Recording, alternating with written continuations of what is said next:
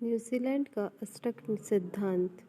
New Zealand का जो अष्टक सिद्धांत है वह एक्चुअल में संगीत के जो 8 स्वर जो होते हैं, है ना, भारतीय संगीत के जो 8 स्वर होते हैं, 7 स्वर जो होते हैं उन्हीं से लिया गया है। ठीक है, सा रे ग म प ध नी।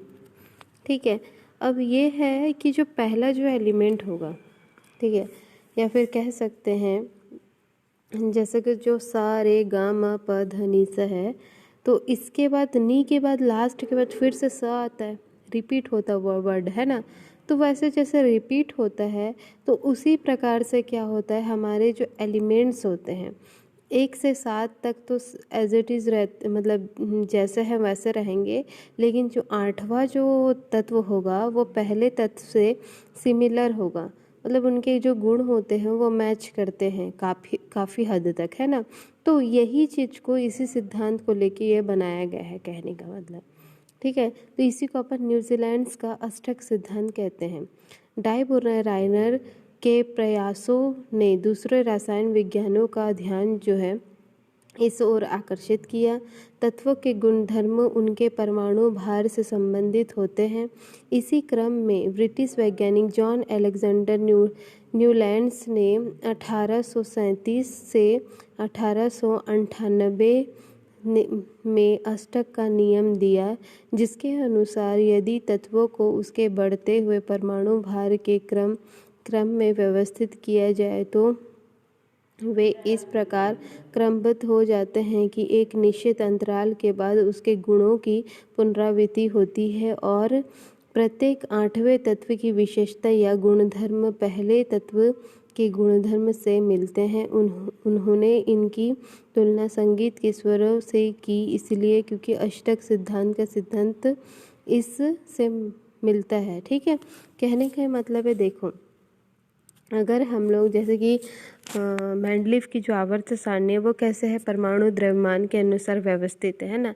अगर हम लोग परमाणु द्रव्यमान के अनुसार हम लोग अगर उसको बढ़ते हुए क्रम में व्यवस्थित करते हैं, तब हम लोग ये पाते हैं कि जो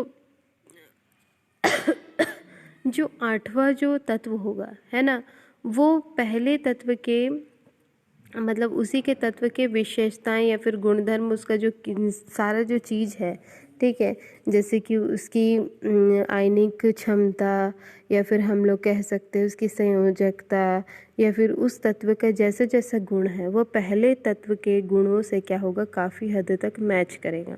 ठीक है, जैसे कि देखो और मैं बता सकती हूँ, जैसे कि यहाँ पे सा रे ग म प ध नी, ठीक है, नी के बाद फिर से आता है ना स, ऐसा करके। तो ये जो पहला वाला जो चीज़ है और ये जो सबसे 7वां के बाद जब 8वां आएगा, है ना, वो दोनों का क्या होगा, इस वजह से कहने का ये मतलब है, पहले से अगर हम लोग द्रव्यमान के अनुसार अगर व्यवस्थित करते हैं तो पहला एलिमेंट 7वें एलिमेंट से काफ़ी समानताएं पाता है।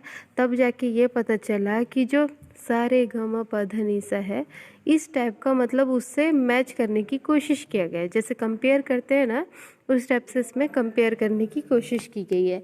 जैसे देख लीजिए, हमें hydrogen, lithium, beryllium, boron, carbon, nitrogen, oxygen, है ना, इतना तो 7 तक हो गया है। 7 होने के बाद देखिए यहाँ पे जो फ्लोरीन है ना, फ्लोरीन यहाँ पे कौन सा हो रहा है, यहाँ पे 8वां बन रहा है फ्लोरीन।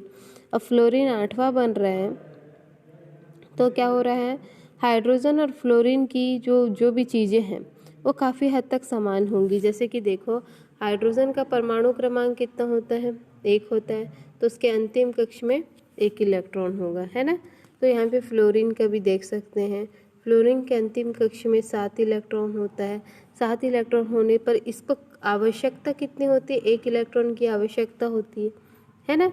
तो मतलब बहुत सारी चीज़ें। और देखो, जो हाइड्रोजन होता है ये बहुत ही क्रियाशील तत्व होता है, उसी प्रकार से फ्लोरीन भी क्या होता है, अधिक क्रियाशील तत्व होता है। ठीक है, कैसे भी करके जल्दी से जल्दी किसी से भी रिएक्ट करने की कोशिश करता है ना, क्योंकि उसको कितना इलेक्ट्रॉन चाहिए रहता है, उसको कितना, 1 ही इलेक्ट्रॉन की आवश्यकता होती है, इस वजह से वो कहीं से भी लेने की क्रिया करता है। उसी प्रकार से हाइड्रोजन क्या करता है, या तो वो त्याग सकता है या फिर 1 ही इलेक्ट्रॉन की ही बात है, या तो वो ग्रहण कर सकता है ना।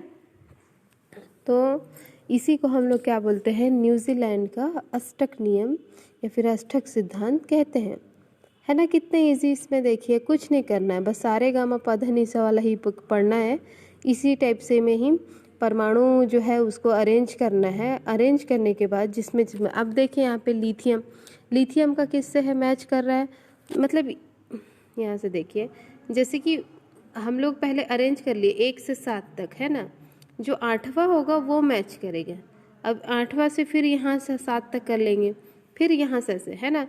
तो यहाँ पे देखिए लिथियम का जो चीज़ है पोटेशियम और सोडियम से उसका मैच करता है, ये हम लोग जानते हैं, क्योंकि तीनों क्या होते हैं, एक ही समूह के क्या होते हैं, तत्व होते हैं, है ना, एक ही समूह के हो जाते हैं।